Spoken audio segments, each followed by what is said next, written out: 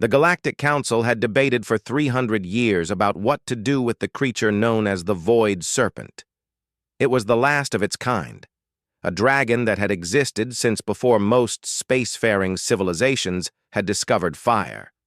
Its scales were darker than the space between stars. Its eyes burned with the heat of dying suns. Its breath could melt through the hull of a battleship in seconds. And its teeth, each one longer than a Vorthon warrior was tall, had ended more lives than any war in recorded history. The creature lived on a dead moon called Kethris 7, a place so dangerous that the Council had placed warning beacons in every language known to exist. No ship was to approach within 10,000 kilometers, no probe was to be sent, no communication was to be attempted. The Void Serpent had destroyed entire fleets that had tried to study it. It had eaten ambassadors who had tried to reason with it. It had burned worlds that had annoyed it with their presence. So when the human colony ship called the Wandering Star accidentally dropped out of hyperspace near Kethris 7 due to engine failure, the entire galaxy held its breath. Ambassador Xyloth of the Vorthon Empire was the first to receive the distress signal. He was a tall creature, covered in blue scales, with 4 arms and eyes that could see in 17 different spectrums of light. He had served the Council for 200 years. He had negotiated peace treaties between warring civilizations. He had stopped genocides with careful words. But when he heard the human captain's voice coming through the communication array, his blood turned cold. "This is Captain Sarah Mitchell of the colony ship Wandering Star," the voice said. "We have experienced critical engine failure and are drifting toward the moon designated Kethris 7. We have 3,000 colonists on board, including 400 children. We request immediate assistance." Xyloth's hands trembled as he forwarded the message to the Council. Within minutes, representatives from 100 different species were connected to the emergency channel. They all knew what this meant. They all knew the humans were dead. "There is nothing we can do," said the crystalline being known as Prime Factor. Its body was made of living diamond, and its voice rang like bells in a hollow chamber. "Any rescue ship that approaches the Void Serpent will be destroyed. The humans must save themselves or perish." "They cannot save themselves," Xyloth replied. "Their engines are dead. They are falling into the creature's gravity well. In 6 hours they will crash on the surface of Kethris 7. "Then they will die," Prime Factor said simply. "It is unfortunate, but we cannot risk the lives of others to save them." The debate went on for an hour. Representatives argued and shouted and pleaded. Some wanted to send unmanned probes to distract the Void Serpent. Others wanted to bombard the moon with weapons to keep the creature occupied. But everyone knew these plans were foolish. The Void Serpent could not be distracted. It could not be fought. It could only be avoided. Finally, a new voice joined the channel. It was High Admiral Korvath of the Militant Union, a species of warriors who had conquered half the galaxy before joining the Council. His voice was deep and rough, like rocks grinding together. "I have been monitoring the human ship," Korvath said. "They are not panicking. They are not begging for rescue. They are preparing." "Preparing for what?" Xyloth asked. "I do not know, but they have launched a shuttle toward the surface of Kethris 7. The channel erupted in chaos. Everyone was shouting at once. The humans had gone mad. They were committing suicide. They were throwing away their lives for no reason. But Xyloth was curious. He accessed his long-range sensors and focused them on the shuttle. What he saw made his 4 hearts stop beating for a moment. The shuttle was small, designed for short-range transport. It held only 3 humans. One was a tall woman with gray hair and calm eyes. Another was a younger man with muscles that suggested he spent most of his time doing physical labor. And the third was a child. A small human girl with brown hair tied in 2 bundles and a face full of spots that humans called freckles. She was holding something in her arms, a small, furry animal that the humans called a cat. "What are they doing?" Prime Factor asked. "Why have they sent a child to die?" "I do not know," Xyloth admitted, "but I intend to find out." He kept his sensors focused on the shuttle as it descended through the thin atmosphere of Kethris 7. The moon's surface was covered in the bones of creatures the Void Serpent had killed over the millennia. Ships lay broken and burned among the skeletal remains.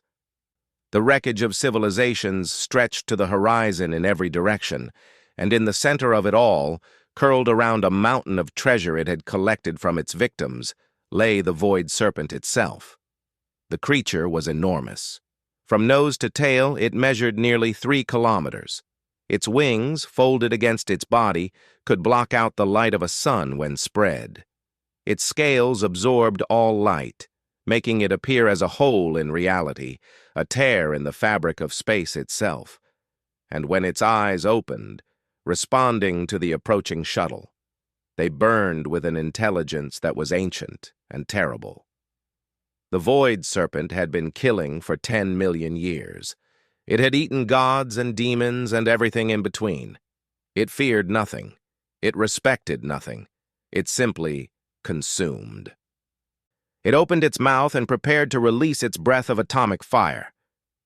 "They are dead," Korvath said quietly. "No one survives the Void Serpent's flame." But then something strange happened. The shuttle's door opened, and the small human girl stepped out onto the surface of Kethris 7. She was wearing a simple environmental suit, the kind designed for children, with colorful designs painted on the helmet. The cat was still in her arms. The Void Serpent paused. In 10 million years, nothing had ever approached it willingly.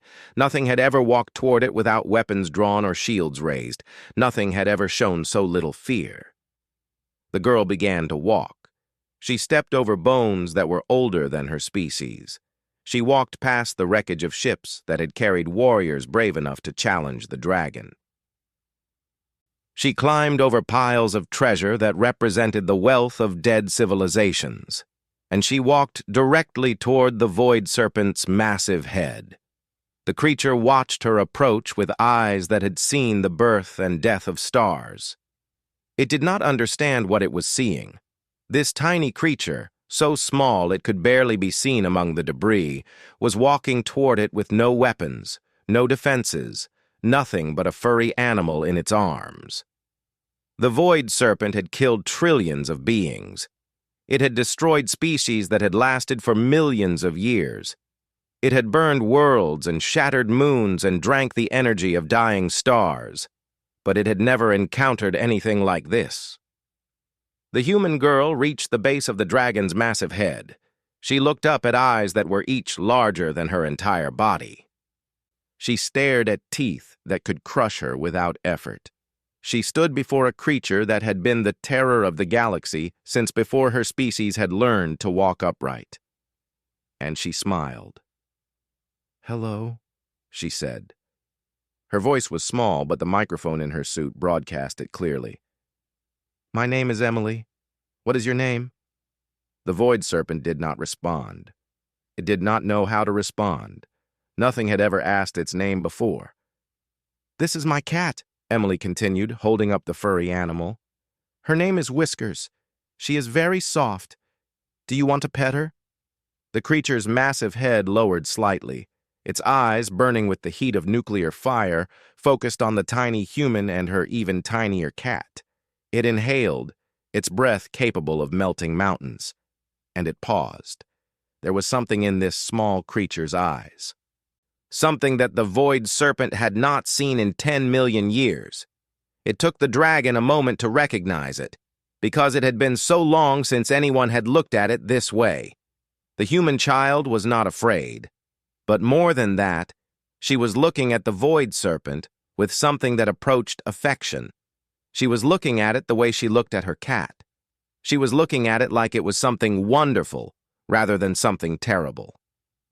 "You are very big," Emily said. "But that is okay. My grandmother says that big things need love too. Maybe more love, because people are scared of them." She took another step forward, close enough now that the dragon's breath washed over her suit like a warm wind. She reached out her small hand and touched one of the creature's scales. The void serpent shuddered. No one had touched it in 10 million years, not with kindness, not with gentleness, not with anything but weapons designed to kill. "Your scales are very pretty," Emily said. "They look like the sky at night. I like the night sky. My daddy used to show me the stars before we got on the ship." Far above, the Galactic Council watched in stunned silence. Xyloth had forgotten to breathe. His 4 hearts were beating so hard he thought they might burst. He was witnessing something impossible, something that violated every law of nature he understood. The most dangerous creature in the known universe was being approached by a human child, and it was not killing her. "What is happening?" Prime Factor asked. Its crystalline body was vibrating with confusion. "Why does it not destroy her?" "I do not know," Xyloth whispered. "I truly do not know." On the surface of Kethris 7, Emily was still talking. She told the Void Serpent about her life on Earth, about the home she had left behind, about the new world her family was traveling to. She told it about her cat and her parents and her grandmother who had taught her that all living things deserved kindness. The dragon listened. It had not listened to anything in millions of years, but there was something about this small creature's voice that made it want to hear more. "My ship is broken," Emily finally said. "We cannot fly anymore. My mommy and daddy are very worried. There are a lot of people on our ship who might get hurt if we crash." She looked up at the creature's massive eyes. "Can you help us? Please?" The Void Serpent did not move. It did not speak. But something changed in its ancient eyes. Something that might have been recognition, or memory, or perhaps something even older. 10 million years ago, before the wars and the killing and the endless hunger, the Void Serpent had been something else. It had been a guardian, a protector, a creature that watched over smaller beings and kept them safe from harm. It had forgotten what that felt like. Until now. The dragon rose to its full height, its wings spreading until they blocked out the stars. Its roar shook the moon to its core, sending shock waves that were felt across the entire system. And then it did something that no one had ever seen. It lowered its head to the ground in front of Emily, presenting its massive snout to her like a cat presenting itself to be petted. Emily laughed with delight. She stepped forward and wrapped her small arms around the dragon's nose, which was so large she could barely reach around it. And then she leaned up on her toes and planted a kiss on the scales between the creature's nostrils. "Thank you," she whispered. "I knew you were nice." The Galactic Council watched in absolute silence. Representatives from 100 species had witnessed the impossible. A human child had kissed the Void Serpent, and the Void Serpent had allowed it. "What are humans?" Korvath finally asked, his voice filled with something that sounded almost like fear. "What kind of species produces children like this?" Xyloth did not answer. He was too busy watching as the Void Serpent spread its wings and launched itself into the sky, heading toward the crippled colony ship that drifted in orbit above the moon. He did not know what was about to happen. But he knew that the galaxy would never be the same. The humans had done something that no weapon could do. They had reached a creature of pure destruction and reminded it of what it had once been. And it had all started with a small girl named Emily, who believed that everything deserved kindness, even dragons. The Wandering Stars crew watched through their viewports as the impossible became reality. The Void Serpent, the terror that had kept civilizations awake at night for millions of years, was approaching their ship. Captain Sarah Mitchell stood on the bridge, her hands gripping the command console so tightly that her knuckles had turned white. "All hands, remain calm," she broadcast through the ship's internal communication system. "Do not panic. Do not attempt to flee. Stay exactly where you are. The colonists were terrified. 3,000 people held their breath as the dragon grew larger in their viewports. Parents held their children close. Couples embraced. Old men and women closed their eyes and prayed to gods they had almost forgotten. But the void serpent did not attack. Instead, it positioned itself beneath the colony ship, its massive body stretching out like a living platform. Its wings extended to either side, creating a surface that could support the enormous vessel. And then, with a gentleness that seemed impossible for something so large, it began to push. The ship shuddered. Warning alarms blared. Engineers shouted into their communicators, trying to understand what was happening. But Captain Mitchell understood. She watched the navigation display as their trajectory changed. The void serpent was pushing them away from the moon, away from the gravity well that would have killed them. It was saving them.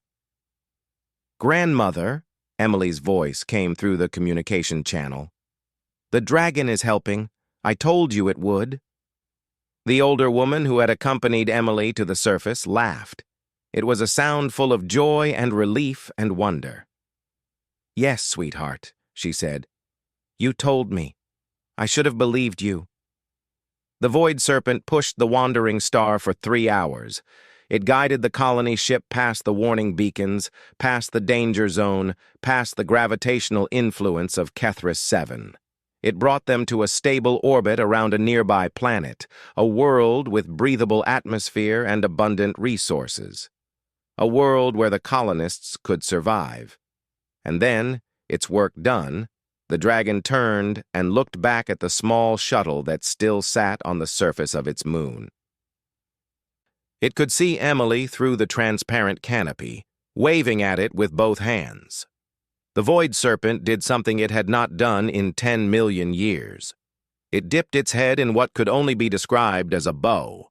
Then it turned and flew back to Kethris 7, settling once again among its mountain of treasure. But something had changed. Something fundamental had shifted in the creature's ancient heart. It had remembered what it meant to protect instead of destroy. And it had a human child to thank for that. The Galactic Council was silent for a long time after the rescue was complete. Finally, Xyloth spoke. "I move that we open official diplomatic relations with the human species," he said. "They have demonstrated something today that we have never seen before. They have shown us that even the darkest creatures can be reached with the right approach." "And what approach is that?" Prime Factor asked. Xyloth thought about Emily, her smile, her fearlessness, her absolute conviction that a dragon deserved kindness. "Love," he said simply. Apparently, humans approach the universe with love. The motion passed unanimously. And far away, on a shuttle descending toward her family's new home, a small girl named Emily held her cat and smiled. She had always known the dragon was nice. She just needed to show everyone else. 6 months passed since the impossible rescue. News of what had happened spread across every inhabited world in the galaxy. Trillions of beings watched the footage of Emily walking toward the void serpent. They watched her touch its scales, speak gentle words to it, and kiss its massive snout. They watched the most feared creature in existence bow before a human child, and they did not understand. Ambassador Xyloth had become something of an expert on human behavior since that day. He had spent countless hours studying their history, their culture, their strange relationship with other species on their homeworld. What he discovered had kept him awake through many night cycles. Humans had evolved on a world filled with predators. Creatures with fangs and claws and venom had hunted them for millions of years. By all logic, they should have developed a deep fear of dangerous animals. They should have learned to avoid anything that could harm them. Instead, they had done the opposite. They had taken wolves, pack hunters that could tear a human apart, and transformed them into loyal companions called dogs. They had brought wildcats into their homes and made them into beloved pets. They had ridden horses into battle, befriended elephants, and swum with sharks. They had built relationships with creatures that could kill them, and somehow those creatures had chosen not to. It made no sense to Xyloth. It made no sense to anyone who studied it. But the evidence was undeniable. Humans had a gift for connecting with dangerous things. The Galactic Council had established a research station near the human colony world, a place called New Horizon. Scientists from dozens of species came to study the colonists, to try to understand what made them different. Emily and her family had become particularly interesting subjects, though the researchers were always careful to be respectful and kind. Emily did not mind the attention. She was 7 years old now, and she had started calling the Void Serpent her friend. Every few weeks, a shuttle would take her back to Kethris 7, and she would spend hours sitting on the dragon's massive head, telling it stories about her life. The Void Serpent seemed to enjoy these visits. It would curl its enormous body around the area where Emily sat, creating a protective barrier against the moon's harsh environment. It would listen to her chatter with an attention that surprised everyone who observed it. Sometimes, if Emily was quiet for too long, it would nudge her gently with its snout, encouraging her to keep talking. The researchers had no explanation for this behavior. The Void Serpent had been a creature of pure destruction for 10 million years.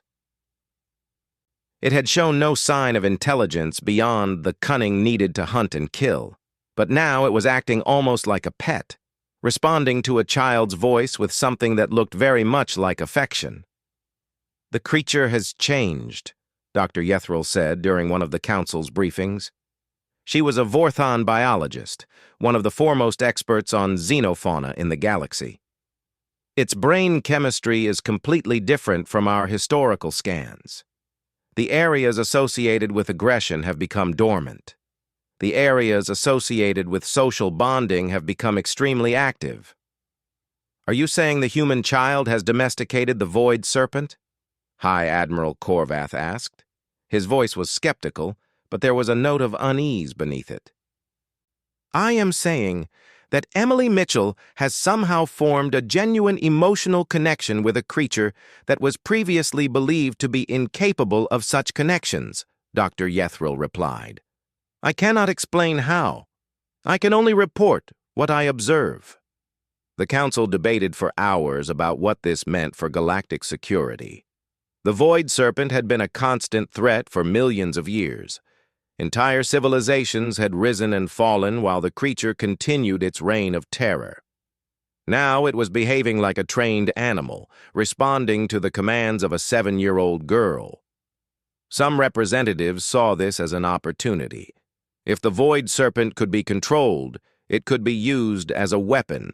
It could be directed against the enemies of the Council, turned into the most powerful military asset in existence. Xyloth listened to these proposals with growing disgust. "You are missing the point," he finally said, his voice sharp enough to silence the chamber. "Emily did not control the Void Serpent. She befriended it. She showed it kindness when the rest of the galaxy showed it only fear and violence. That is why it responded to her. That is why it saved her people." "And what happens when Emily dies?" one of the crystalline beings asked. "Humans have such short lifespans. What will the creature do when its friend is gone?" It was a valid question. Humans rarely lived beyond 100 years. Emily would grow old and die while the Void Serpent continued on, as it had for 10 million years before her. Xyloth did not have an answer. No one did, but Emily had one. She had asked her mother to help her write a letter to the Galactic Council. Her mother had typed it out and transmitted it through official channels. The Council received it during their debate about the dragon's future. "Dear Council people," the letter read, "I know you are worried about my friend the dragon. I am worried too because I know I will not live as long as it does.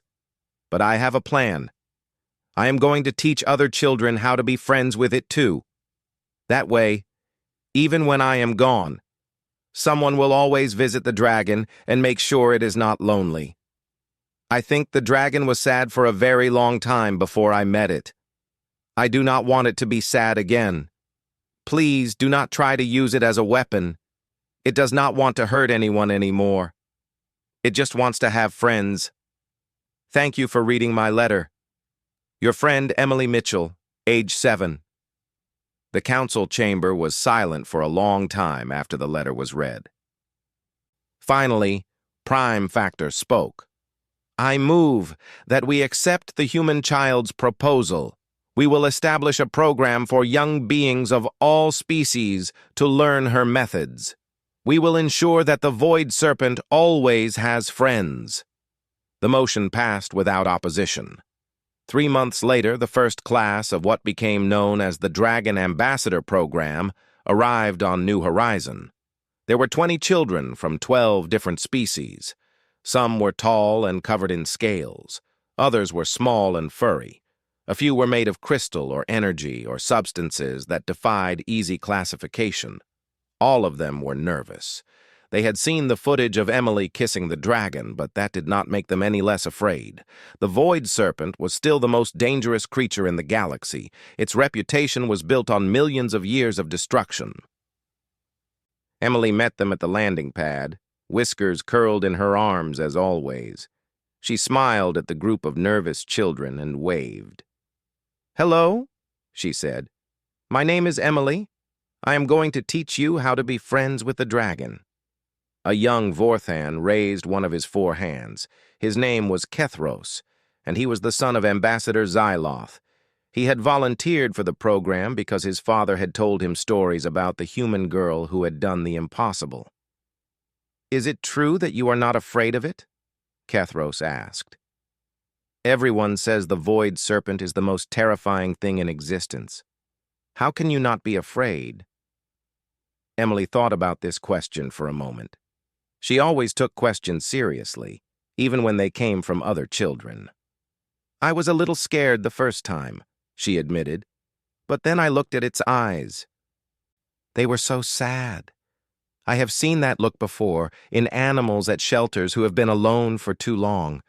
They look scary because they are hurt, not because they want to hurt you. She set Whiskers down and walked closer to Kethros. My grandmother told me that the scariest things in the universe are usually the loneliest. She said that if you show them kindness, they will almost always be kind back. And if they are not kind back? A young crystalline being asked. Its name was Prism, and its body sparkled with nervous energy. Then you should probably run away very fast, Emily said with a grin. But that almost never happens. Most things want to be loved.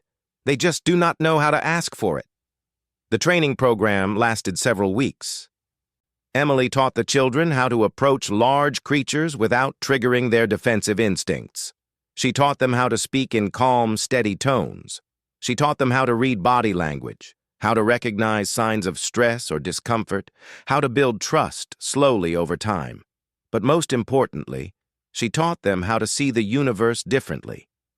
Everything is alive in its own way, she explained during one of their lessons. Even things that seem scary or mean, they all have stories, they all have feelings. If you take the time to understand their story, you can usually find a way to become their friend. The children listened with growing wonder. They had been raised in civilizations that viewed the universe as a dangerous place, full of threats to be avoided or conquered. The idea that they could befriend the things they feared was revolutionary. When the training was complete, Emily took the children to meet the Void Serpent. The shuttle landed on Kethris 7 as it had many times before. The dragon was waiting, its massive body curled around its mountain of treasure. Its eyes, once burning with destructive fire, now glowed with a softer light. It had been expecting them. Emily stepped out first, as always. Whiskers rode on her shoulder now, having grown too large to be held comfortably.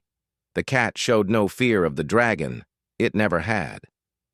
Hello, friend, Emily called out. I brought some people to meet you. They were scared at first, but I told them you are very nice. Will you say hello? The Void Serpent raised its enormous head.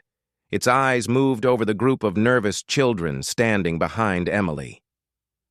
It saw their fear, it saw their uncertainty, it saw the way they trembled and clung to each other. 10 million years ago, it would have burned them all without a second thought. Now it simply lowered its head to the ground and waited. Emily turned to the other children. "See? It wants to meet you. Who wants to go first?" No one moved. The fear was too strong. Even after all the training, standing before the creature that had terrorized the galaxy for longer than their species had existed was overwhelming. Then Kethros stepped forward. His 4 legs were shaking, but he forced himself to move. His father had told him about courage, about facing your fears, about doing what was right even when it was difficult. He walked up to the dragon's massive snout. He could feel the heat of its breath washing over him. He could see the reflection of stars in its dark scales. He could smell the ancient power that radiated from every part of its body. And he reached out with one trembling hand and touched it. The void serpent closed its eyes. A sound rumbled from deep within its chest, something that might have been a purr if it had come from a smaller creature. Kethros felt the vibration through his entire body. "You see?" Emily said, coming to stand beside him. "It likes you." Kethros looked at the human girl with new understanding. She was so small, so fragile by the standards of his species. She would live and die in a fraction of the time that he would. But she had done something that the greatest warriors of the galaxy had never accomplished. She had turned an enemy into a friend. One by one, the other children approached the dragon. Each of them touched its scales, spoke gentle words to it, offered it the kindness that Emily had taught them to give. Some of them cried, others laughed with joy. A few just stood in silence, overwhelmed by the magnitude of what they were experiencing. By the end of the day, 20 children from 12 different species had befriended the most dangerous creature in the known universe. And the void serpent, the terror that had haunted the galaxy for 10 million years, had never looked more content. The footage of that day spread across every inhabited world within hours. Beings watched children of all species standing together with the dragon, petting its scales, climbing on its head, treating it like it was nothing more than an oversized pet. Something shifted in the collective consciousness of the galaxy. If children could befriend the void serpent, what else might be possible? What other enemies could become allies? What other fears could be conquered with kindness instead of weapons? The Dragon Ambassador program expanded rapidly. Within a year, there were thousands of participants. Within 5 years, there were millions. Children across the galaxy learned Emily's methods, learned to approach the universe with curiosity instead of fear, with kindness instead of aggression. Not all of them visited the void serpent. Most never would. But they carried her teachings with them wherever they went. They made friends with creatures their parents had warned them about. They found common ground with species that had been enemies for generations. They built bridges where walls had stood, and it all traced back to one moment, one decision, one act of impossible bravery. A 7-year-old human girl walking across a field of bones to kiss a dragon on the nose. The galaxy would never forget. Years passed. Emily grew from a child into a teenager, and from a teenager into a young woman. She never stopped visiting the void serpent. Every few weeks, no matter where her studies or her work took her, she returned to Kethris 7 to spend time with her oldest friend. The dragon seemed to recognize the changes in her. It treated her differently as she grew, adjusting its behavior to match her age. When she was young, it had been playful, allowing her to climb on its head and slide down its neck. As she matured, their relationship became more like a conversation between equals. They would sit together for hours, the human and the dragon, in comfortable silence. Ambassador Xyloth, now old and approaching the end of his long life, came to visit Emily on the eve of her 20th birthday. He found her on the surface of Kethris 7, sitting on a boulder near the dragon's resting place. The creature was asleep, its massive chest rising and falling with each breath. "You have changed the galaxy," Xyloth said, settling onto a nearby rock. "I am not sure you understand how significant that is." Emily smiled. She had heard variations of this speech many times over the years. She always responded the same way. "I did not change anything," she said. "I just treated the dragon the way I would want to be treated if I was alone and everyone was afraid of me." Xyloth shook his head. "That is precisely what you do not understand. What you consider normal, what you consider basic kindness, is extraordinary to the rest of the galaxy. We have spent millions of years learning to fear and fight. You humans, in your brief existence, have learned to love." He looked at the sleeping dragon, its scales darker than the space between stars. "I was there when you kissed it. I remember thinking you had gone mad. I remember thinking you would be dead in seconds. And then I watched you change everything with a simple act of affection." Emily reached out and placed her hand on the dragon's scales. Even in sleep, the creature responded, shifting slightly to press against her touch. "My grandmother used to say that the universe is a mirror," Emily said quietly. "It reflects back what you show it. If you show it fear, it gives you things to fear. If you show it love, it gives you things to love." She looked at Xyloth, her eyes filled with a wisdom that seemed far beyond her years. "I just decided to show it love. That is all." Xyloth stayed with Emily until the sun set behind the mountains of treasure. He watched as the dragon woke and greeted her with the gentleness of an old friend. He watched as she told it about her day, her voice carrying across the silent moon. And he understood, finally, what made humans special.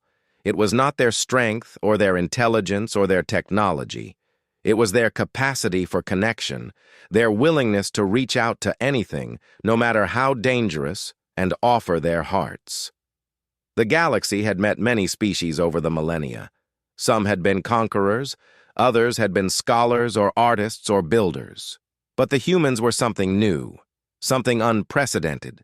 They were friends. And in a universe that had known so much violence and fear, friendship was perhaps the most powerful force of all. 30 years had passed since Emily Mitchell first walked across a field of bones to kiss a dragon. The galaxy was a different place now. The changes had started small, almost imperceptibly, but they had grown like ripples from a stone dropped in still water. Wars that had lasted for centuries were ending. Species that had been enemies for generations were sitting down to talk. Trade routes that had been too dangerous to travel were now open and thriving. And at the center of all this change, quietly and without fanfare, was the legacy of one human girl's act of kindness. Emily was 37 years old now. Her hair had lost some of its brown and gained threads of gray. The freckles on her face had faded but not disappeared. She had become the director of the Dragon Ambassador program, overseeing thousands of initiatives across hundreds of worlds. But she still made time to visit Kethris 7 every month, just as she had since she was 7 years old.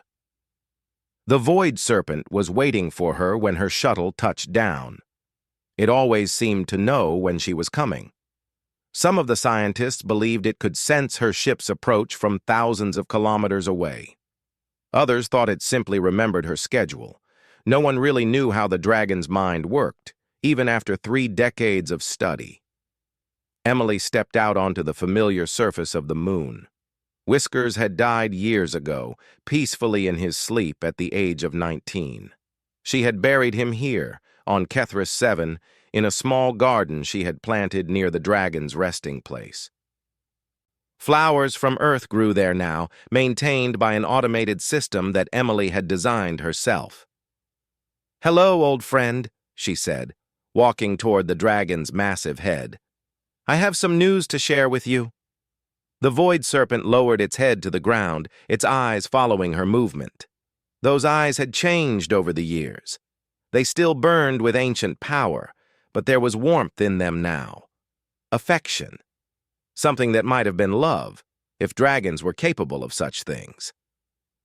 Emily settled onto her usual spot, a flat rock that had been worn smooth by decades of use. She leaned against the dragon's scales, feeling the warmth that radiated from within. "The council has made a decision," she said. "They want to remove the warning beacons around Kethra 7. They want to allow visitors to come here, to meet you directly instead of just watching from a distance." The dragon made a low sound in its chest, something between a rumble and a sigh. Emily had learned to interpret these sounds over the years. This one meant that it was listening, that it understood, that it wanted to hear more. "I told them no," Emily continued. "I said that you are not a tourist attraction. You are not a museum exhibit. You are a living being with the right to choose who enters your home." She reached up and stroked the scales near the dragon's eye. "But I also told them that you have been alone for a very long time. That maybe if the visitors came with respect and kindness, you might enjoy having more friends." The dragon shifted, its enormous body rearranging itself around Emily's position. When it settled, its massive head was resting on the ground in front of her, close enough that she could see her reflection in its eyes. "I left the decision to you," Emily said softly. "What do you want? Do you want more visitors? Or do you want things to stay as they are?" For a long moment, the dragon was still. Then, slowly, it opened its mouth and released a breath of warm air that washed over Emily like a gentle wind. It was not fire. It had not breathed fire in 30 years. Instead, it was simply breath, warm and alive and filled with something that felt almost like gratitude. Then the dragon nodded, a single, deliberate motion that left no room for interpretation. Emily smiled, her eyes filling with tears. "I will tell them. I will make sure they understand the rules. Only people who truly want to be your friend. Only people who come with kindness in their hearts." She leaned forward and kissed the dragon's snout, just as she had done thousands of times before. Just as she had done on that first day, when she was 7 years old and the galaxy thought she was walking to her death. "Thank you," she whispered. "Thank you for trusting me. Thank you for trusting us." The news spread quickly. The Void Serpent, the most feared creature in galactic history, had agreed to receive visitors. Applications flooded in from every inhabited world. Billions of beings wanted to see the dragon, to touch its scales, to experience what Emily had experienced all those years ago. But the selection process was strict. Emily had designed it herself, building on everything she had learned about the dragon over 30 years. Visitors were evaluated not on their wealth or status or power, but on their capacity for genuine connection. They were tested for empathy, for patience, for the kind of selfless kindness that Emily believed was the key to reaching any living thing. Most applicants failed. Some failed because they wanted to exploit the dragon for fame or profit. Others failed because they carried too much fear, too much violence, too much of the old ways that had kept the galaxy at war for so long. But some passed, and those who did were given the opportunity of a lifetime. The first public visit took place 6 months after the announcement. A group of 50 beings from 30 different species landed on Kethra 7 under Emily's supervision. They were nervous, just as the first class of dragon ambassadors had been nervous all those years ago.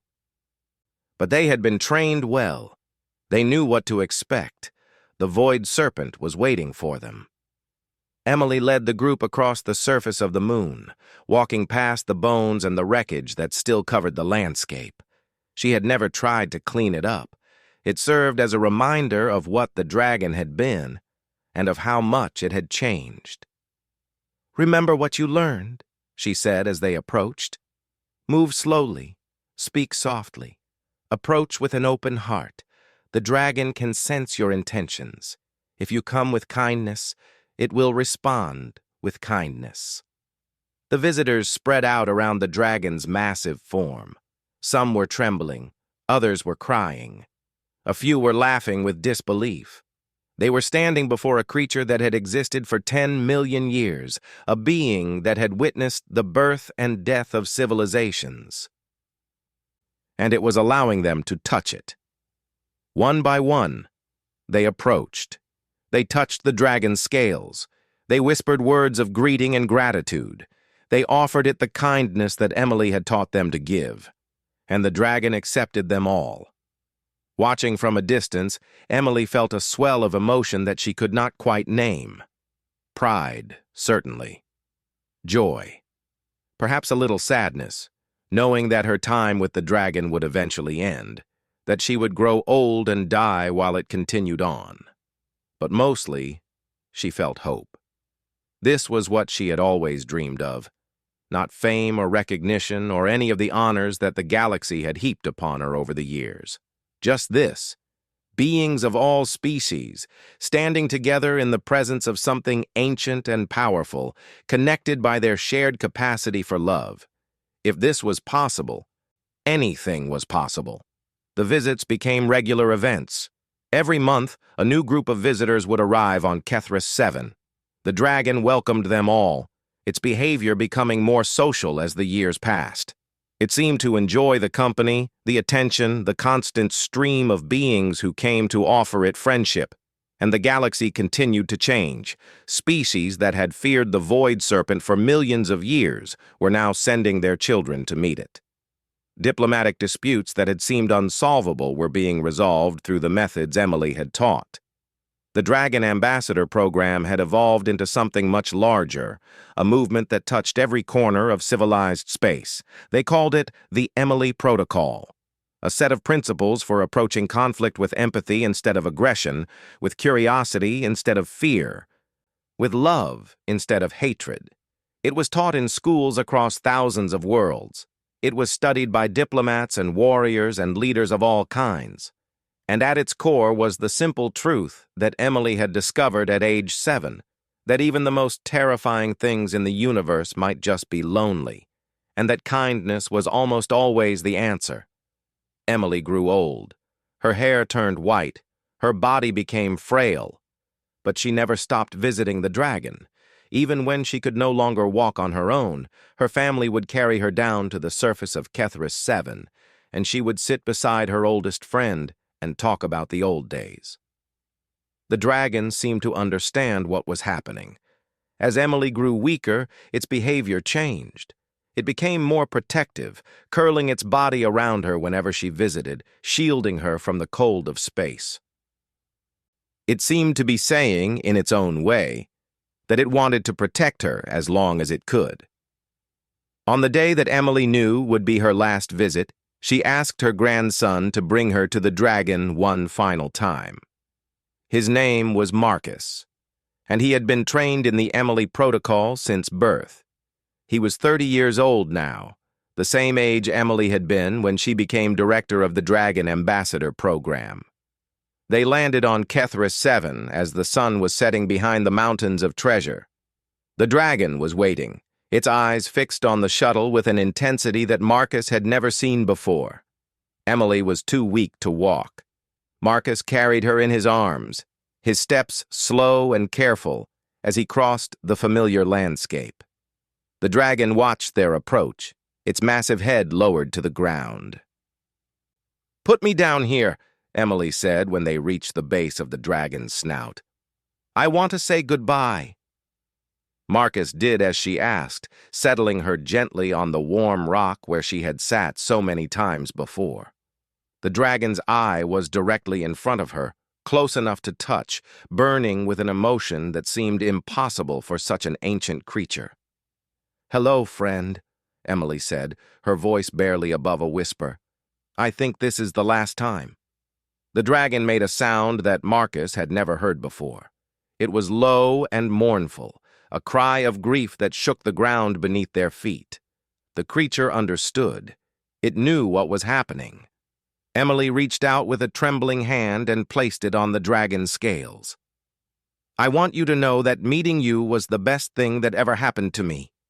You taught me so much about courage and friendship, and what it means to really see someone. Tears were streaming down her face, but she was smiling. I know you will be lonely when I am gone, but I promise you will never be alone.